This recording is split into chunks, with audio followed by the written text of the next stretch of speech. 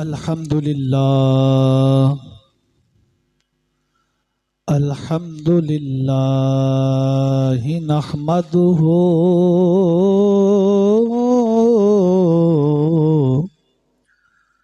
व नस्तईनुहु व नस्तगफिरुहु व नु'मिनु बिही व नतवक्कलु अलैहि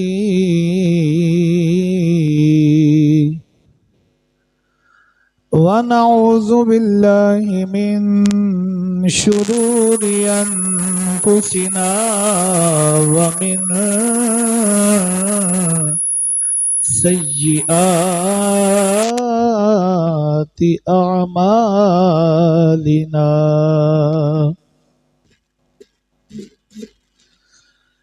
मैं यहदिहिल्लाहु फला मुदिल्ल लहु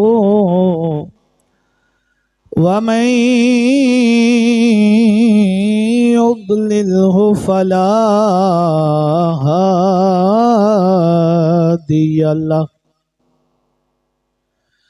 व नशहदु अल्ला इलाहा इल्लल्लाहु वहदहु ला शरीक लहु व नशहदु अन्न सय्यदना व सनदना व हबीबना व तबीबना व मलजाना व मअवाना व मौलाना मुहम्मदन अब्दुहु व रसूलुहु। अम्मा बअदु फ़अऊज़ु बिल्लाहि मिनश शैतानिर रजीम। बिस्मिल्लाहिर रहमानिर रहीम। कुल इन्ना सलाती व नुसुकी व महयाय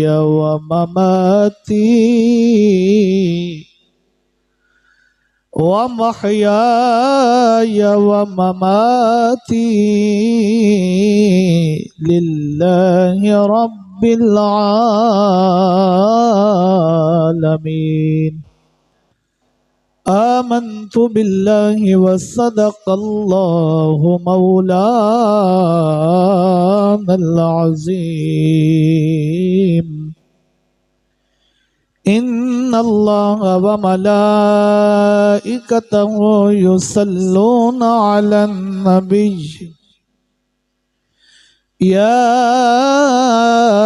अय्युहल्लज़ीना आमनू सल्लु अलैहि वसल्लिमु तस्लीमा।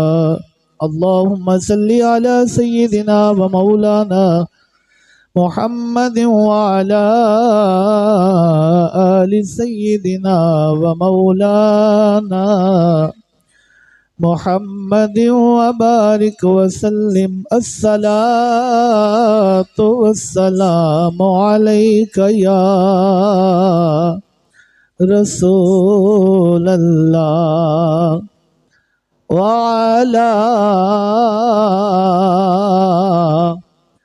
आलिका व अस्हाबिका या हबीबल्लाह।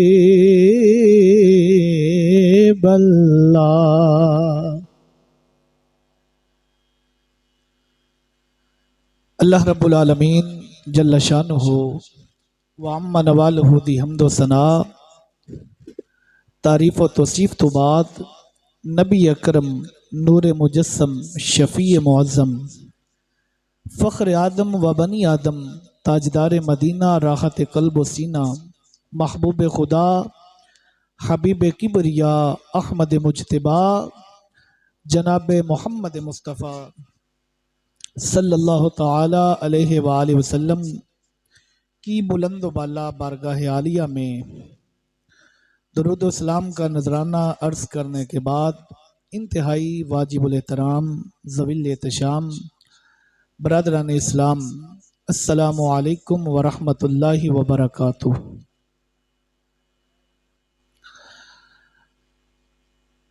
अज़ीज़ान गिरामी कदर, कुरान मजीद फुरकान हमीद में से एक ऐसी आयत तिलावत करने का शर्फ हासिल किया है जिस मालिक के कायनात ने अपने महबूब सल्लल्लाहु ताला अलैहि वालैहि वसल्लम को आजिज़ी, इनकिसारी, इखलास का दर्स दिया, सबक दिया।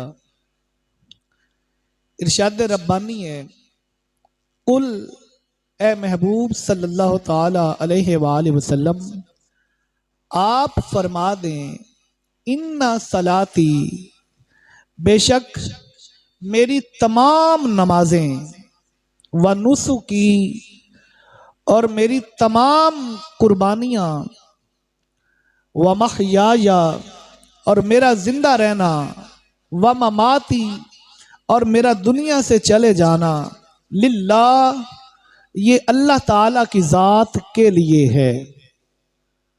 कौन? अल्लाह रब्बिल आलमीन, वो अल्लाह जो सारे जहानों को दर्जा-ए कमाल तक पहुंचाने वाला है।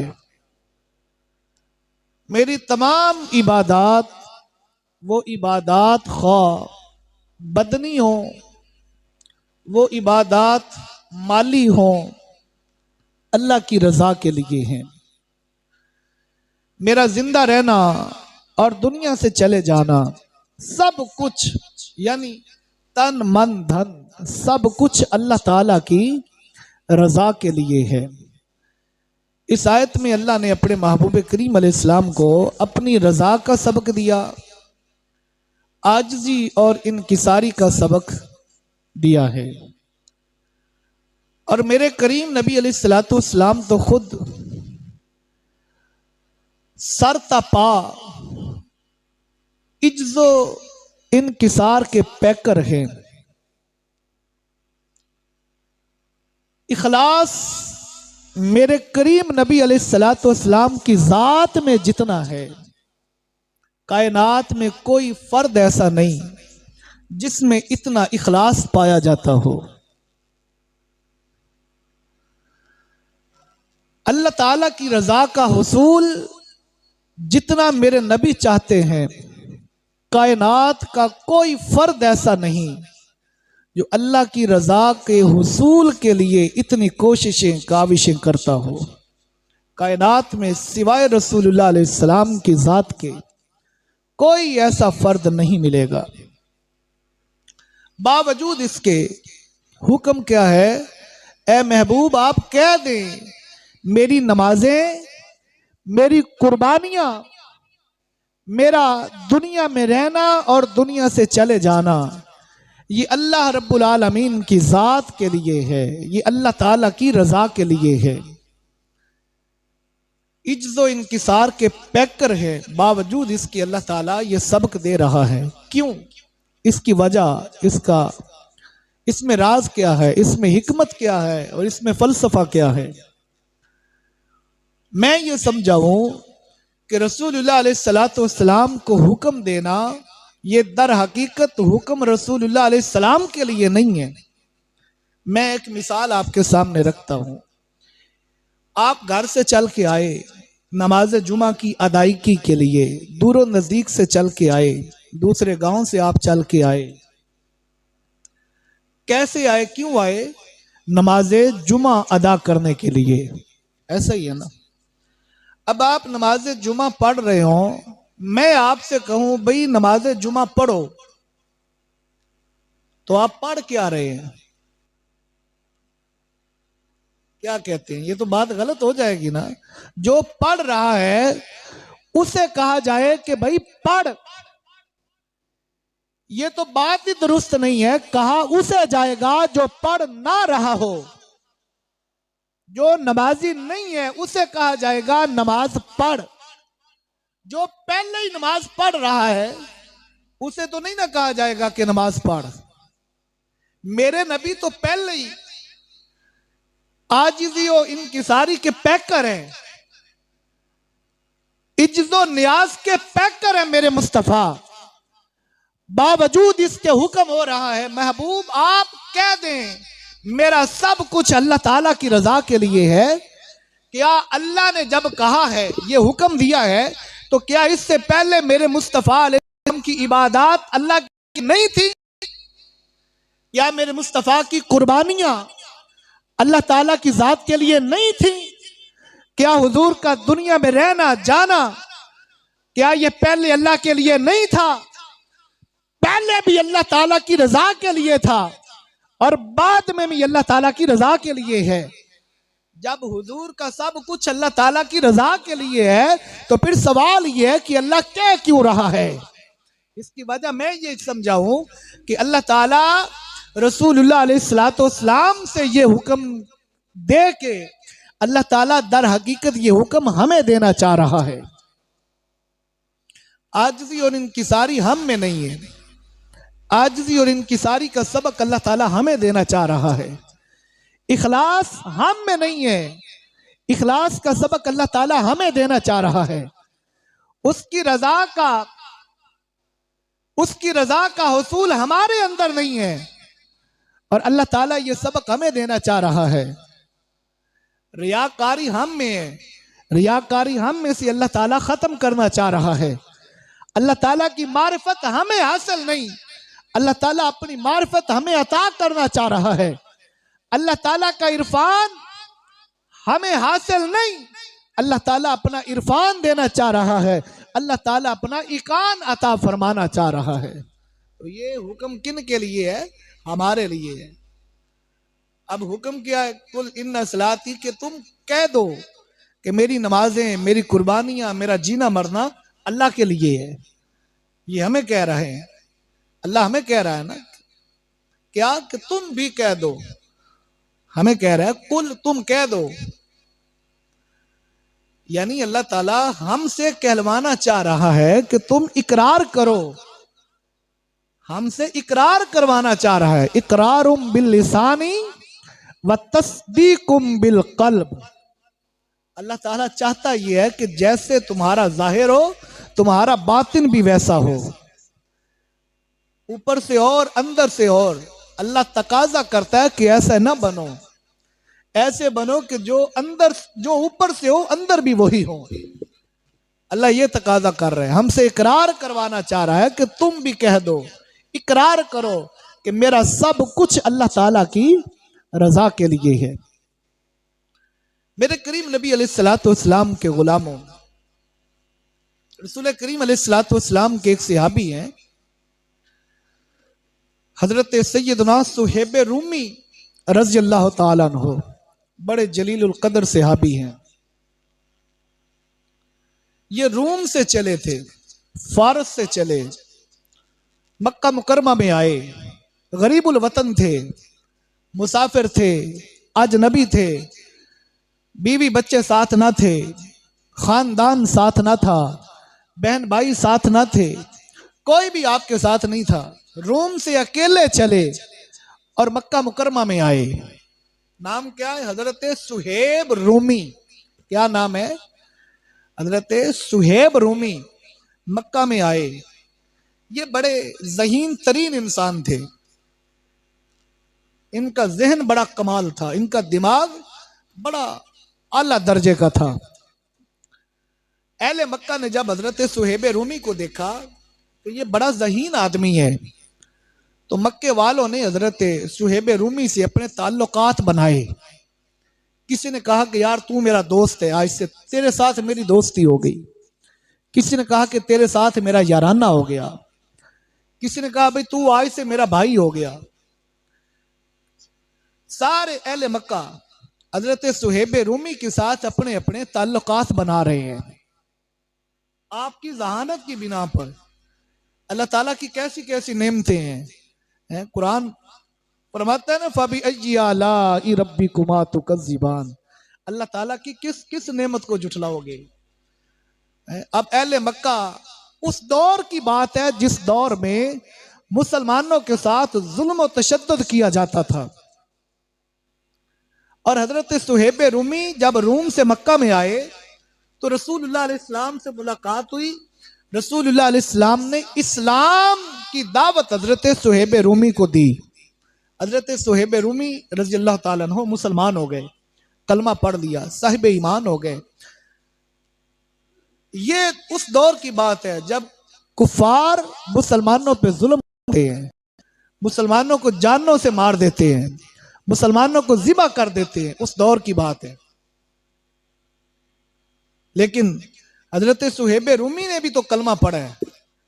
अब हजरत सुहेब रूमी को मारते नहीं हैं, कोई जुल्म नहीं करते, गालियां नहीं देते।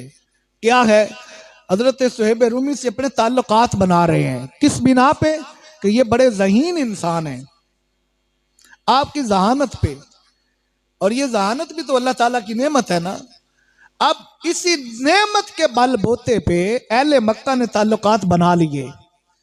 फिर सिर्फ ताल्लुकात नहीं बनाए, किसी ने कहा कि यार तू मेरा भाई है ना, ए सुहेब तू मेरा भाई है यार, ये मेरे पास इतना सोना पड़ा है, फजूल ही पड़ा है, बस तू मेरा भाई है, अपने पास रख ले, ये तेरा हो गया।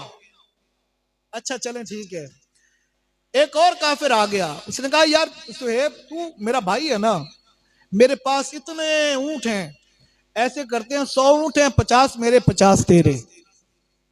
अच्छा चलें ठीक है। अब गरीबुल वतन थे, मुसाफिर थे, अजनबी थे, यहाँ कोई रिश्तेदार नहीं, ताल्लुकदार नहीं, बिरादरीदार नहीं, कोई कुछ भी नहीं, सारे अजनबी है ना। अल्लाह ताला की नेमत का मर्तबा और मकाम देखिए क्या है। ये मेरे 100 ऊंट हैं, सुहेब यार तू मेरा भाई जो ठहरा, 50 मेरे 50 तेरे। हजरत सुहेब रूमी ने फरमाया चलें ठीक है, 50 मेरे हो गए, 50 आपके हो गए। एक और काफिर आ गया कि कहने लगा यार सुहेब मेरे पास 20 एकड़ जमीन है, तो ऐसा करते हैं 10 एकड़ मेरी होगी, 10 तेरी हो गई। अच्छा चलें ठीक है। एक और आ गया, उसने कहा यार सुहेब बात ये है कि मेरे पास इतनी चांदी पड़ी है, इतने मालो जर है मेरे पास, मुझसे ज्यादा है, ऐसा करें आधा आप रख लें, आधा मैं रख लेता हूं। अच्छा चलें ठीक है। एक ने कहा कि यार सुहेब ऐसा करते हैं कि तू नौजवान आदमी है, जवानी ऐसे तो नहीं ना गुजर सकती, ऐसा करते हैं कि हम आपकी शादी कर देते हैं, रिश्ता हमने देख लिया है। अच्छा चलें ठीक है। अब हजरत सुहेब रूमी की शादी भी हो गई। मक्का में हजरत सुहेब रूमी की शादी भी हो गई। वक्त गुजरता जा रहा है, वक्त गुजरता जा रहा है। वो वक्त आ गया कि जब रसूलुल्लाह अलैहिस्सलाम हिजरत फरमा के मक्का मुकरमा से मदीना मुनव्वरा चले गए। हजरत सुहेब रूमी ने कुछ दिन तो सब्र से काम लिया, लेकिन दिल चाह रहा है कि मैं भी अपने महबूब के कदमों में पहुंचूं। लेकिन चूंकि ज़हीन थे, हिकमत अमली अपना रहे हैं कि मक्का वालों ने मुझे इतना कुछ दिया है, तो क्या करूं, इन्हें छोड़ के जाऊंगा तो दुश्मनी पैदा होगी, अगर नहीं जाता हूं तो फिर चैन भी तो नहीं आता। ये बारगाह रसूलुल्लाह अलैहिस्सलाम की तो ऐसी बारगाह है कि अगर जिब्रील ना आए तो जिब्रील भी बेचैन हो जाता है। और जिब्रील अमीन हर नबी के पास आए हैं, कोई नबी ऐसा नहीं जिसके पास जिब्रील ना आए हो, कोई नबी ऐसा नहीं है। और किसी नबी के पास जिब्रील एक बार आए हैं, किसी नबी के पास 2 बार आए हैं, किसी नबी के पास जिब्रील 3 बार आए हैं। ज्यादा से ज्यादा जिब्रील अगर किसी नबी के पास आए हैं तो 100 बार आए हैं। और उस वक्त नबियों की उम्रें जो थी ना, जाहिरी उम्र, ये भी बड़ी लंबी लंबी हुआ करती थी। हजरत सैयदना आदम अलैहिस्सलाम की 1000 उम्र थी, 1000 साल। हजरत नूह अलैहिस्सलाम के बारे में मिलता है, नूह अलैहिस्सलाम की उम्र 1350 साल, एक रिवायत में 1700 साल, और 950 साल तो आपकी तूफान से पहले तबलीगी जिंदगी मिलती है। इतनी इतनी लंबी जिंदगियां तो जिब्रील अगर ज्यादा से ज्यादा किसी नबी के पास आए तो कितनी बार आए? 100 बार। और मेरे करीम नबी अलैहिस्सलाम की बारगाह में जिब्रील पहली मर्तबा तब आए जब रसूलुल्लाह अलैहिस्सलाम गारे हिरा में अल्लाह ताला की इबादत में मसरूफ थे। जिब्रील आके कहने लगे इकरा बिस्मि रब्बिकल्लज़ी खलक। उस वक्त रसूलुल्लाह अलैहिस्सलाम की उम्र मुबारक ज़ाहिरी उम्र 40 साल थी। कितनी थी? 40 साल थी।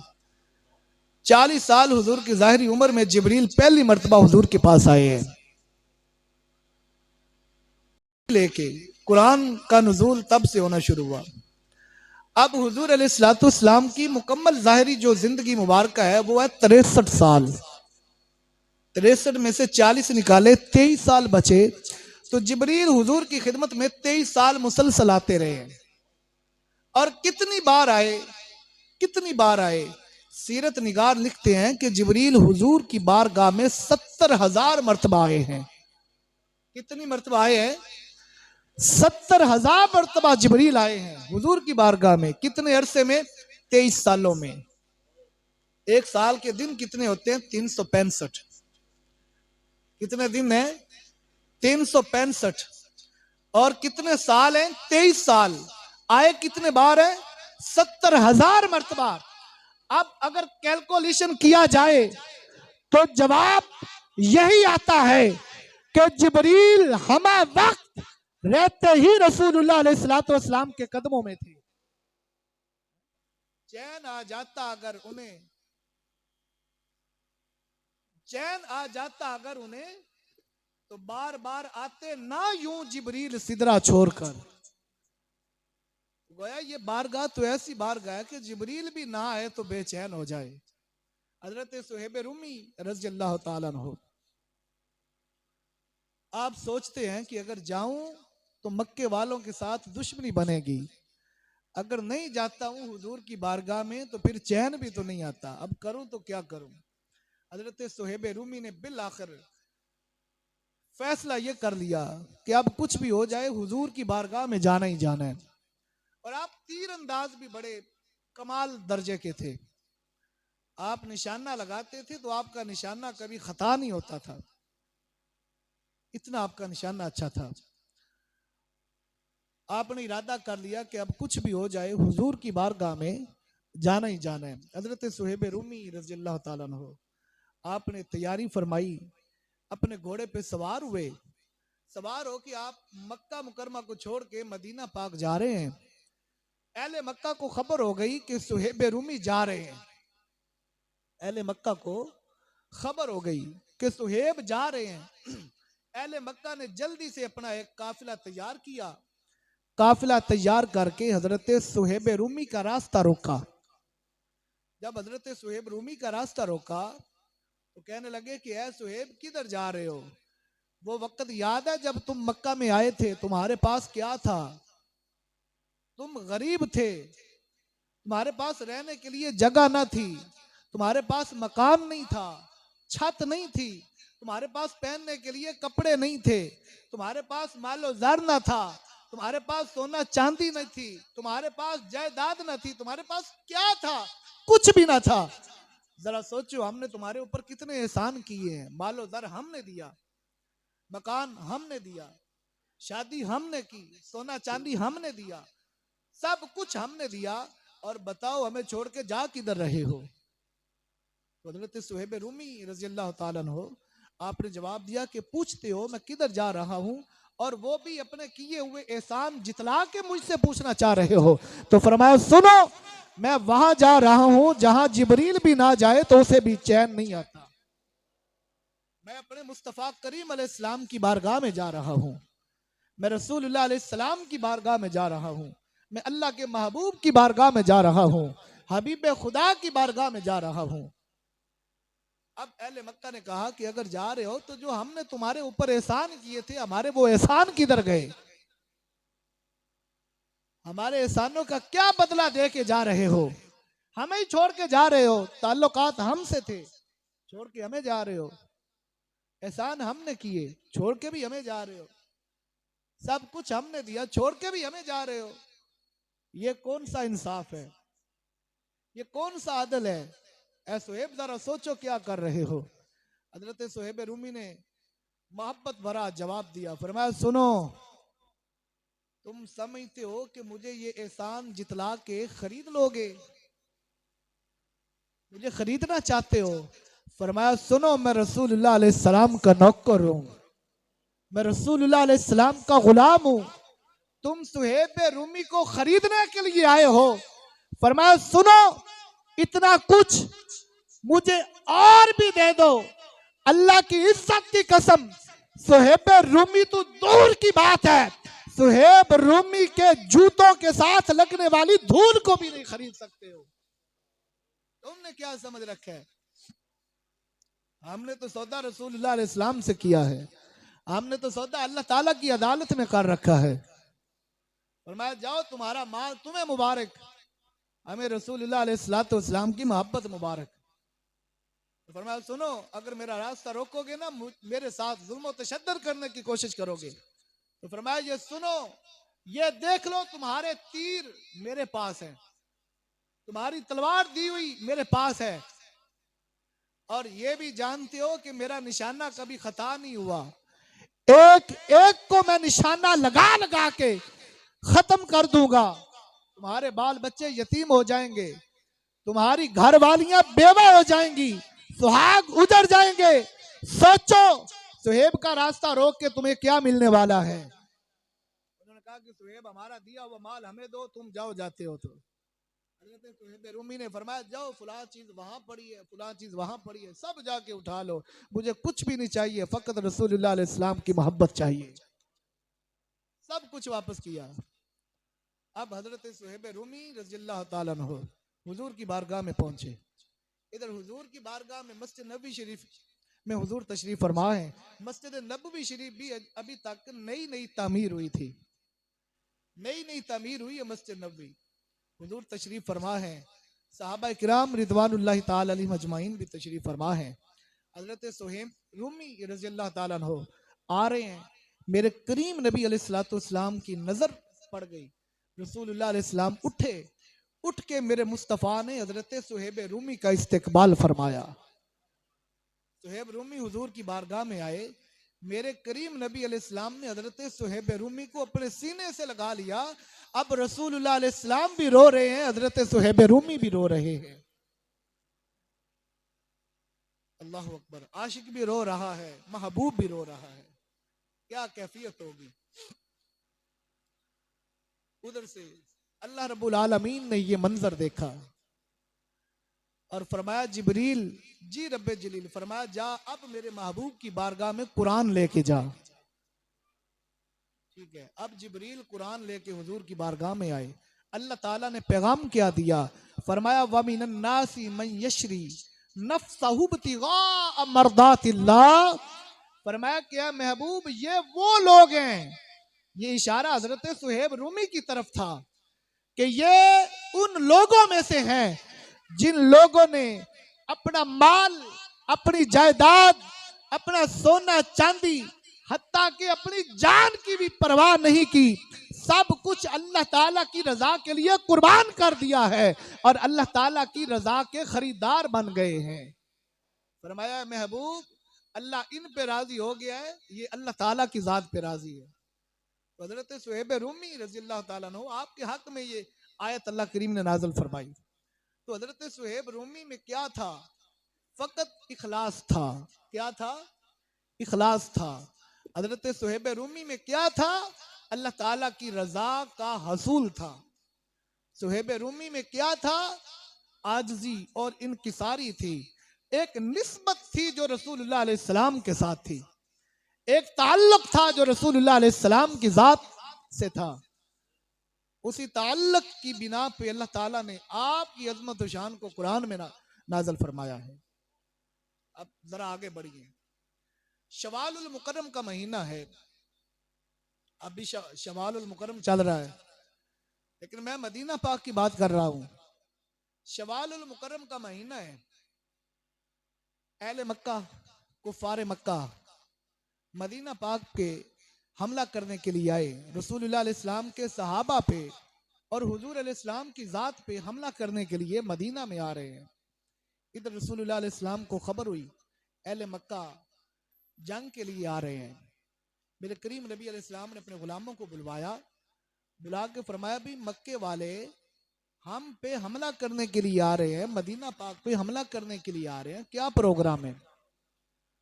तो मदीने वालों ने कहा, हुजूर के सहाबा ने कहा, या रसूल अल्लाह सल्लल्लाहु ताला अलैहि वसल्लम, परेशान होने वाली बात नहीं है, वो आते हैं तो आने दें। जैसे बदर में हमने जज्बे दिखाए थे, ओहद में भी जज्बे दिखाएंगे। हुजूर घबराना नहीं है, परेशान नहीं होना, हम साथ हैं, हमारा जीना भी आपके लिए, हमारा मरना भी आपके लिए। मैं ठीक है। अब सहाबा से हुजूर अलैहिस्सलाम ये भी मशवरा फरमा रहे हैं कि ये जंग मदीना शहर में की जाए, मदीना शहर में जंग लड़ी जाए या मदीना पाक से बाहर जाके जंग लड़ी जाए। अब कुछ मुनाफिकीन थे जिनका सरदार था अब्दुल्ला बिन उबई बिन काब।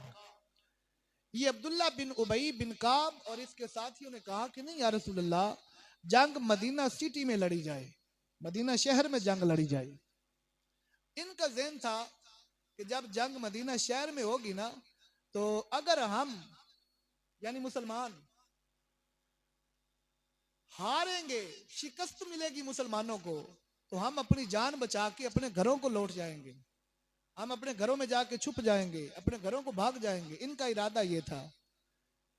लेकिन जो मोमिनीन थे, रसूलुल्लाह अलैहिस्सलाम के खुलूस वाले, इखलास वाले नौकर थे, हुजूर के सहाबा, अर्ज करते हैं नहीं या रसूलल्लाह, मदीना शहर में जंग लड़ना मुनासिब नहीं है। फरमाया क्यों? या रसूल अल्लाह, ये तो हरम है ना, हरम में खून खराबा हमें गवारा नहीं है। या रसूल अल्लाह, हरम से बाहर जाके जंग लड़ेंगे, वहां पे जाके अपनी दलेरी दिखाएंगे, अपनी ताकत और जुर्रत दिखाएंगे, मदीना से बाहर जाके अपनी शुजात दिखाएंगे। मेरे करीम नबी ने फरमाया फिर बताओ मदीना से बाहर जाना किस मकाम पे है? अर्ज करते हैं या रसूल अल्लाह, ज्यादा दूर भी नहीं जाना, ओहद के दामन में जो मैदान है या रसूलुल्लाह, उसी मैदान में ही जाके या रसूलुल्लाह जंग लड़ेंगे। मेरे करीम नबी अलैहिस्सलाम ने अपने गुलामों का, अपने सहाबा का ये मशवरा बड़ा पसंद फरमाया। अब रसूलुल्लाह अलैहिस्सलाम अपने गुलामों को लेके मैदान ओहद में तशरीफ ले आए। उधर से अहले मक्का, कुफारे मक्का भी ओहद में आ गए। उधर सामने कुफारे मक्का हैं, इधर रसूलुल्लाह अलैहिस्सलाम के गुलाम हैं। अल्लाह अकबर। ये ओहद के दामन में जंग हुई। ओहद एक ऐसा पहाड़ है जिसके बारे में मेरे मुस्तफ़ा करीम अलैहिस्सलाम फरमाते हैं कि ये ओहद हमसे मोहब्बत करता है, हम ओहद से मोहब्बत करते हैं। और अल्लाह ताला ओहद की ज़ियारत अता फरमाए। मेरे हुजूर अलैहिस्सलाम फरमाते हैं ये ओहद पहाड़ ऐसा पहाड़ है, जब क़यामत आएगी ना, मक्का मुकरमा में बैतुल्लाह शरीफ है, हुजूर फरमाते हैं बैतुल्लाह शरीफ भी जन्नत में जाएगा, मेरा मदीना भी जन्नत में जाएगा, ओहद पहाड़ भी जन्नत में जाएगा। और अल्लाह करीम ज़ियारत अता करे ओहद पहाड़ की।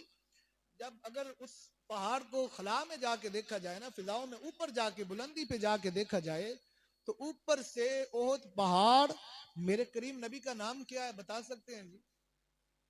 जिसे आता है वो तो बताए ना भाई, अपने नबी का नाम बताना है। हजरत मोहम्मद सल्लल्लाहु अलैहि वसल्लम, हुजूर का नाम है मोहम्मद। अगर ओहद पहाड़ को बुलंदी पे जाके, फिजाओं में जाके देखा जाए, तो ओहद पहाड़ का नक्शा मोहम्मद ही बनता है,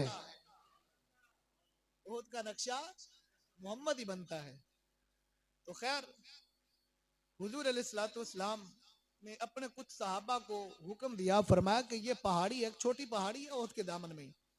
हुजूर ने फरमाया 50 सहाबा थे, फरमाया कि इस पहाड़ी के ऊपर आपकी ड्यूटी है, आप इस पहाड़ी पे ठहरना है, हमें शिकस्त मिले हमें फतह मिले, ये पहाड़ी नहीं छोड़नी। हुजूर ठीक है। सहाबा किराम अब उस पहाड़ी पे खड़े हैं, 50 सहाबा हैं। इधर मेरे करीम नबी अलैहिस्सलाम को जब कुफार मक्का ने ललकारा ना, तो रसूलुल्लाह अलैहिस्सलाम ने फरमाया सहाबा कौन है तुम में से जो इन पर मेरी इज्जत की खातिर तीर चलाए? हुजूर की इज्जत की खातिर सबसे पहले जिसने तीर चलाया था वो थे हजरत सैयदना साद बिन अबी वकास रजी अल्लाह ताला अन्हु। हुजूर की इज्जत, हुजूर की नामूस के लिए सबसे पहला तीर कुफार मक्का पे हजरत साद बिन अबी वकास ने फेंका था। और हमेशा ऐसा होता रहता है, नेक बाप की औलाद गंदी हो जाती है, गंदी औलाद होती है, बुरी औलाद होती है। और बाज दफा ऐसा भी होता है कि बाप गंदा होता है करतूतों की वजह से, लेकिन औलाद नेक होती है, औलाद अच्छी होती है। ऐसा होता है, आपने देखा होगा जमाने में, देखा है ना जी।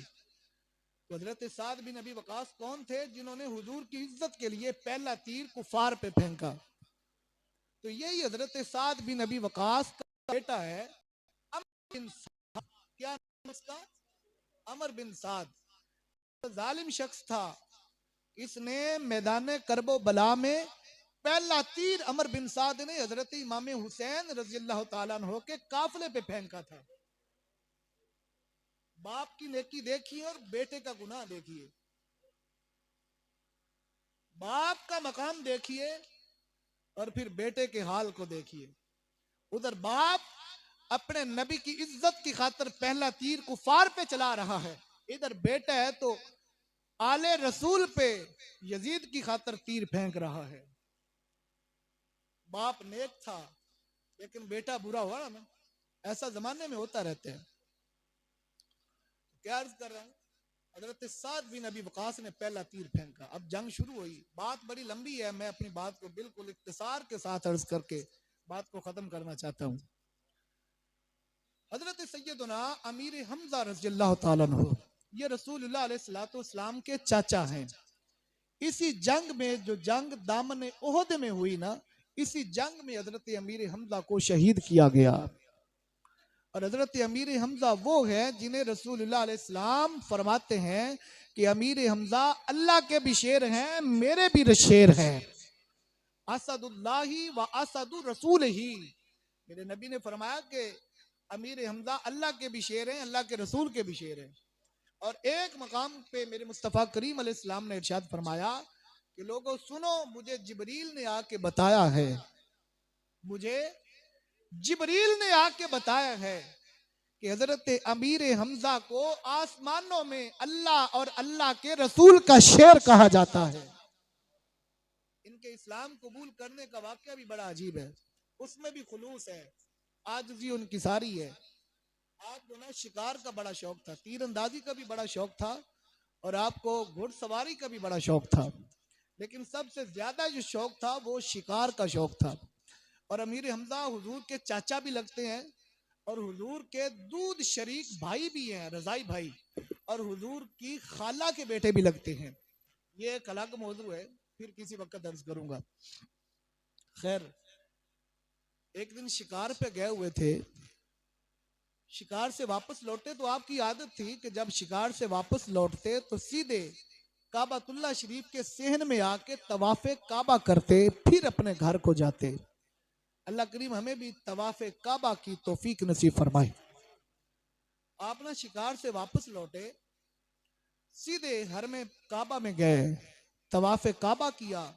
तवाफे काबा के बाद आप अपने घर को लौट रहे हैं तो रास्ते में दो औरतें बातें कर रही थी, कह रही थी कि देखो, हमजा बिन अब्दुल मुत्तलिब को शायद खबर नहीं है कि इसके भतीजे मोहम्मद के साथ क्या सलूक किया गया है।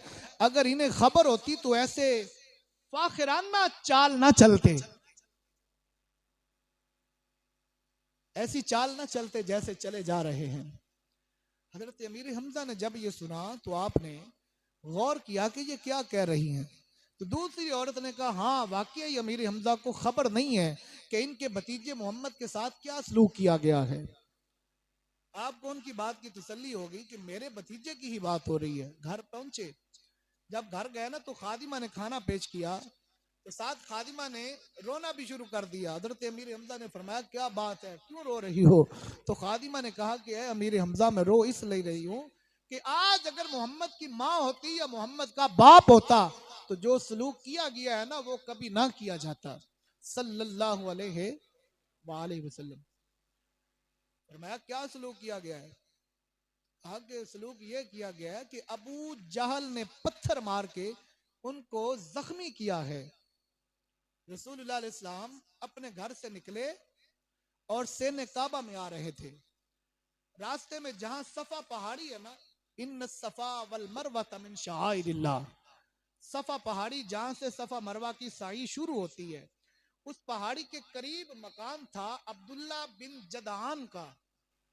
ये अब्दुल्ला बिन जदान वो है जिसने कभी हजरत बिलाल को भी अपना गुलाम बना के रखा हुआ था। इसके मकान के करीब जब पहुंचे तो अबू जहल ने रसूलुल्लाह अलैहि सलाम का रास्ता रोका।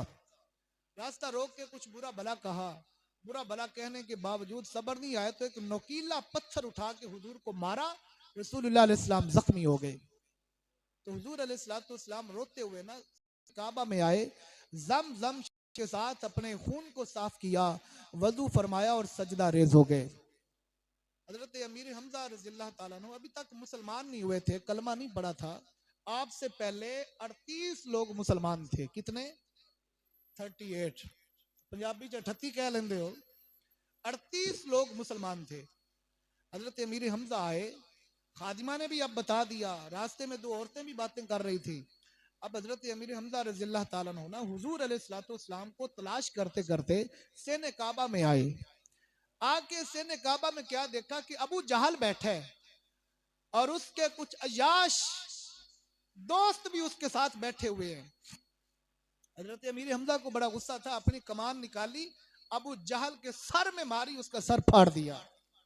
सर फट गया, जख्मी हो गया।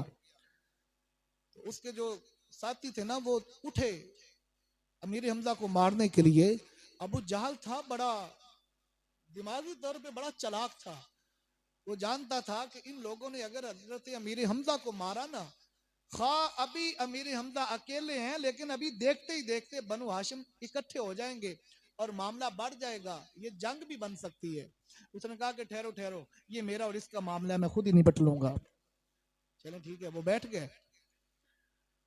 अब हजरत अमीर हमजा हुजूर अलैहिस्सलाम को तलाश करते करते ना देखा हुजूर सहने काबा में काबातुल्लाह शरीफ के दरवाजे के सामने सर सजदे में रख के अल्लाह ताला का जिक्र कर रहे हैं, सुबहाना रब्बियल आला की सदाएं बुलंद कर रहे हैं।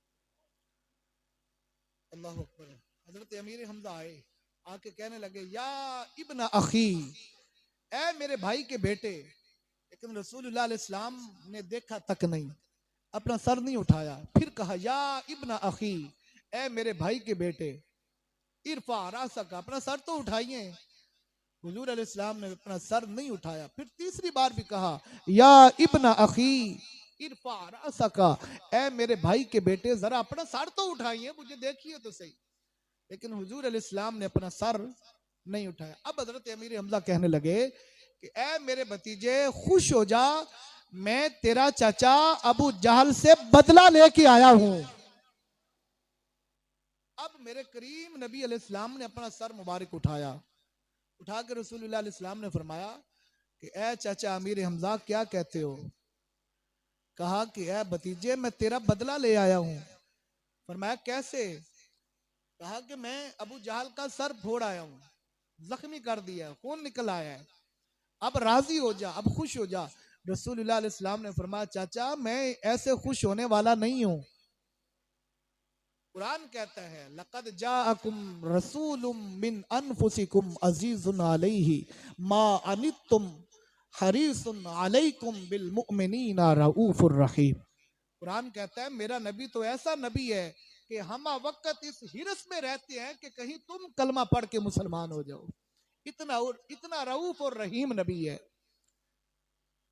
तुम्हारे लालच में होता है कि ये किसी तरह कलमा पढ़े।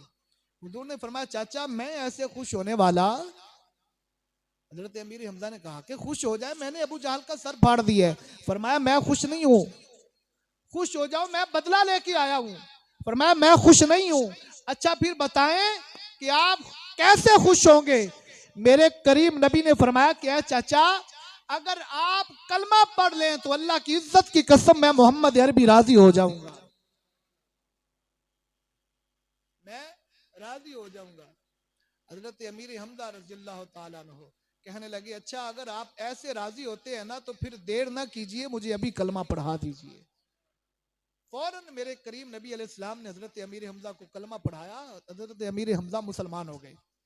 तो ये अमीर हमजा रज़ी अल्लाह ताला अन्हु हुजूर अलैहिस्सलाम को हुक्म किया था, कुल इन्ना सलाती व नुसुकी, ए महबूब कह दीजिए मेरी नमाजें, मेरी कुर्बानियां किसके लिए हैं? लिल्लाह, अल्लाह ताला की जात के लिए हैं।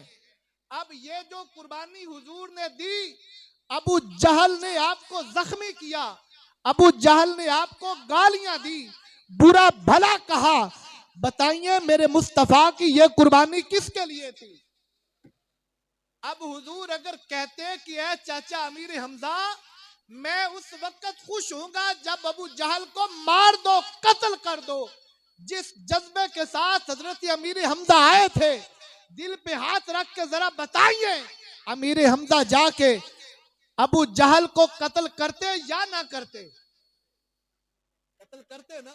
लेकिन मेरे मुस्तफा ने क्या कहा, मुझे ये इंतकाम लेने के लिए तो भेजा ही नहीं गया, मुझे बदला लेने के लिए तो भेजा ही नहीं गया, और मैं इंतकाम लेने के लिए नहीं आया, मैं बदला लेने के लिए नहीं आया।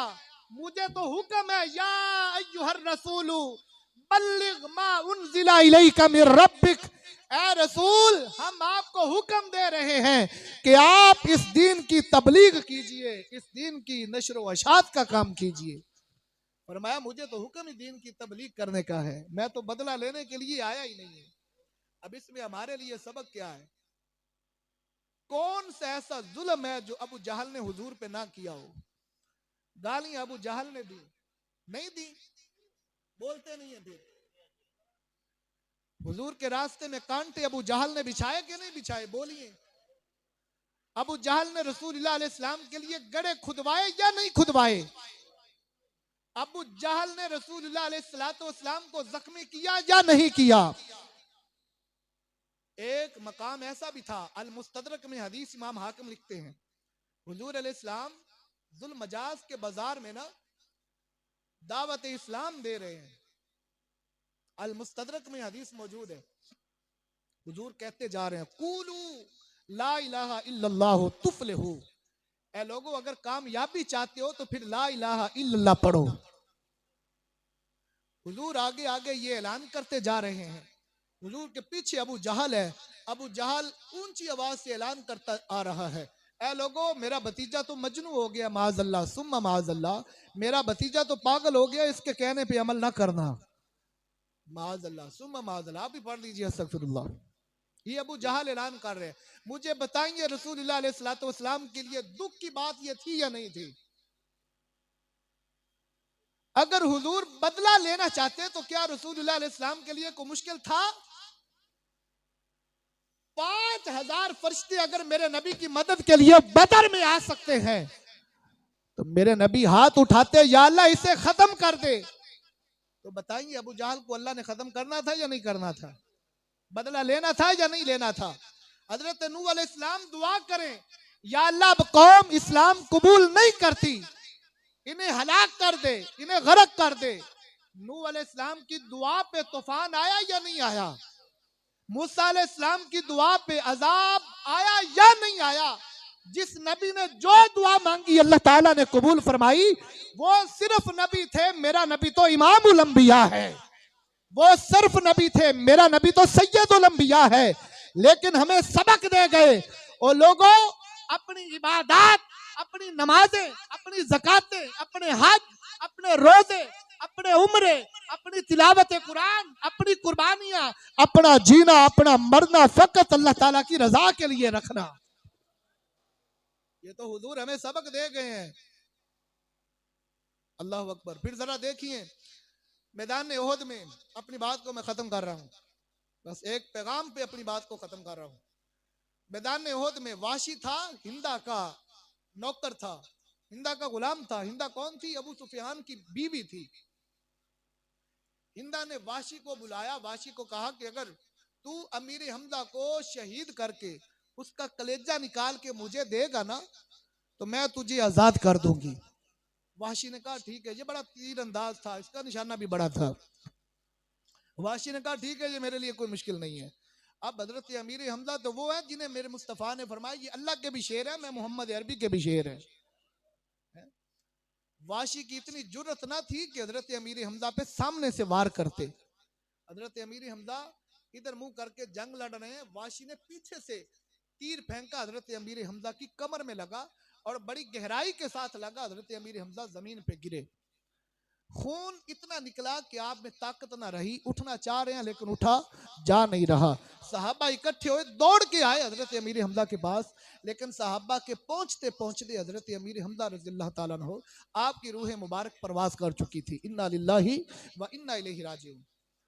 हजरत अमीर हमजा शहीद हो गए। अब हजरत अमीर हमजा के पास तो बैठा नहीं जा सकता क्योंकि जंग के मैदान में है। सहाबा फिर जंगी मामलात में मसरूफ हुए। इधर वाशी ने देखा कि हजरत अमीर हमजा की लाश अकेली पड़ी है। इसने इस मौके को गनीमत जाना, हजरत अमीर हमजा की नाक को भी काटा, कान भी काटे, होंठ भी काटे, आंखें भी निकाली, हाथ भी काटे, पांव भी काटे और फिर कलेजा निकाल के प्लेट में रखा, हिंदा को जाके पेश किया। हिंदा अब वो कलेजा जब चबाने लगी ना तो वो हलक से नीचे ना जा सका। खैर इसने आपका मुसला करके हजरत अमीर हमजा का तो एक गड्ढे में आपकी लाश को फेंक दिया। जब जंग खत्म हुई ना, अल्लाह ताला ने फतह अता फरमाई, तो मेरे करीम नबी ने फरमाया जरा देखो मेरे चाचा किधर हैं, देखो मेरे चाचा किधर हैं। साहबा तलाश कर रहे हैं लेकिन आप एक गड्ढे में हैं। साहबा ने बड़ा तलाश किया, बिलाखिर एक सहाबी ने कहा यार इस गड्ढे में तो देखें। जब देखा तो हजरत अमीर हमजा की लाश उस गड्ढे में थी। उस सहाबी ने जब आपकी हालत देखी तो चीखें निकल गई। मेरे करीम नबी ने फरमाया भाई क्या हुआ है? अर्ज करते हैं या रसूलुल्लाह सल्लल्लाहु ताला अलैहि वसल्लम देखने की हिम्मत नहीं हो रही। मेरे करीम नबी ना दौड़ के आए, दूर दौड़ के आए, आके देखा हजरत अमीर हमजा का मुसला हो चुका है। रसूलुल्लाह अलैहिस्सलातु वस्सलाम को बड़ा दुख हुआ। हुजूर फरमाते हैं जितना दुख मुझे मेरे चाचा अमीर हमजा की शहादत में हुआ कभी इतना दुख नहीं हुआ। इधर मदीना पाक में हजरत सफिया रज़ी अल्लाह ताला अन्हा हुजूर अलैहिस्सलातु वस्सलाम की फूफी हैं, उन्हें खबर हुई तो वो मदीना पाक से शहर से दौड़ती हुई ना उहद पहाड़ की तरफ, इस दामन उहद की तरफ आ रही हैं। हुजूर अलैहिस्सलाम की नजर पड़ी, हुजूर ने फरमाया कि मेरी फूफी को कह दो कि आगे ना आए। हुजूर क्यों? फरमाया कि अपने भाई की लाश को नहीं देख सकेगी। जब हजरत सफिया को कहा गया ना कि हुजूर फरमा रहे कि आप पीछे चली जाएं, आगे ना आए, तो हजरत सफिया ने, बहुत सारी किताबों में हजरत सफिया के बड़े बड़े जुमले हैं लेकिन जो जुमला मैं कहना चाहता हूँ मुझे बड़ा पसंद आया। हजरत सफिया ने कहा कि बाखुदा मैंने अपने रब से सब्र की तौफीक मांगी है, मेरे रब ने मुझे सब्र की तौफीक अता फरमा दी है। मेरे रब ने मुझे सब्र की तौफीक अता फरमा दी है। मैंने भी अपने रब से सब्र की तौफीक मांगी हुई है। मैंने भी अपने रब से सब्र की तौफीक मांगी हुई है। ये ना समझना कि हम लावारिस हैं, ये ना समझना हम बेखस्मे हैं। मदीने वाला हमारे सर पे है, मदीने वाला हमारा वारिस है। और हुजूर फरमा के गए, याद रखो मेरे हुजूर ने फरमाया है अल उलमा वरसतुल अंबिया। मेरे नबी ने फरमाया है मेरे दीन के आलम, हुजूर ने फरमाया है वो मेरे वारिस हैं। इसका मतलब ये नहीं कि हम हुजूर के वारिस हैं, हुजूर हमारे वारिस हैं। समझ आ गई ना? हुजूर हमारे वारिस हैं और वो ऐसे वारिस हैं अपने नौकरों को कभी रुसवा नहीं होने देते। ये भी याद रखना, अपने नौकरों को रुसवा नहीं होने देते, अपने नौकरों को कभी वो मायूस नहीं होने देते। मुसल्ला रसूल पे हर बंदे की हैसियत है खड़ा हो सके? बताएं मुझे, है हर बंदे की इतनी ताकत जुर्रत है किसी की? फकत वही खड़ा हो सकता है जिसे मदीने वाला जिस पे नजर करम फरमाता है। इसलिए मैं कह रहा हूं हमारा वारिस मदीने का ताजदार है। हजरत सफिया ने क्या कहा? मैंने अपने रब से सब्र की तौफीक मांग ली है, मेरे रब ने सब्र की तौफीक अता फरमा दी है। लाश को देखा, अपनी बात को खत्म करता हूं। हजरत अमीर हमजा की लाश को देखा ना तो आंखों से आंसू है लेकिन बड़ा सब्र किया और फिर अपनी चादर दी, या रसूलल्लाह इसका कफन बना लीजिए। हजरत अमीर हमजा का उस चादर के साथ कफन जब बनाया गया तो कफन ऐसा था अगर सर को ढांपा जाता था, पांव नंगे होते थे, पांव ढांपे जाते थे, सर नंगा होता था। मेरे करीम ने फरमाया ऐसा करो, मेरे चाचा के सर को ढांप दो और पांव के ऊपर घास डाल दो। इस तरह हजरत अमीर हमजा रज़ी अल्लाह ताला अन्हु आपको कफन दिया गया और दामन ओहद में आपको दफन किया गया। और मेरे करीम नबी ने हजरत अमीर हमजा के मजार पे 70 मरतबा जाके जनाजा पढ़ा है। कितनी मरतबा पढ़ा है बोलिए? 70 मरतबा पढ़ा है। अच्छा मुझे बताइए, हजरत अमीर हमजा रज़ी अल्लाह ताला अन्हु आपके इस अमल में अल्लाह ताला की रजा थी या नहीं थी? आजिज़ी और इनकिसारी थी या नहीं थी? हजरत सफिया का सब्र से काम लेना खुलूस था या नहीं था? इखलास था या नहीं? अल्लाह की रजा इसमें शामिल थी या नहीं थी? ये सारे असबाक हमारे लिए हैं कि अपने हर अमल में अल्लाह ताला की रजा को मद्देनजर रखना, अपनी हर नेकी में। आज का मेरा मौजू बस यही है, अपनी हर नेकी में, अपने हर काम में अल्लाह ताला की रजा को मद्देनजर रखना। जिस काम में अल्लाह ताला की रजा नहीं होती वो काम, वो नेकी अल्लाह की बारगाह में कबूल नहीं होती। और जिस नेकी में अल्लाह ताला की रजा शामिल होती है वही नेकी अल्लाह ताला की बारगाह में कबूल होती है। अल्लाह करीम हमें अमल की तौफीक अता फरमाए। आमीन व मा अलैना इल्लल